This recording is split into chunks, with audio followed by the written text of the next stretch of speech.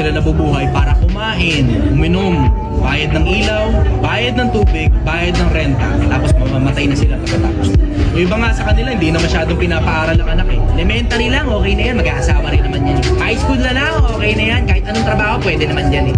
Without considering the future generation of our country. Hindi na natin iniisip kung ano susunod na henerasyon ng mga taong meron tayo. Ang China nakakapamutawi sa mga matatalino sa numero. Ang Amerika nakakapamutawi sa mga matatalino sa aklat. Tayo nakakapamutawi sa paglabas ng suso, sa paglabas ng puwet, sa paglabas ng mga poke ng ina. Ingatan ninyo sarili nyo sa paglalabas ng tao. Bakit? Yung mga taong ginagawa natin na tinatawag nating anak, yan ang susunod na lahi ng Pilipino.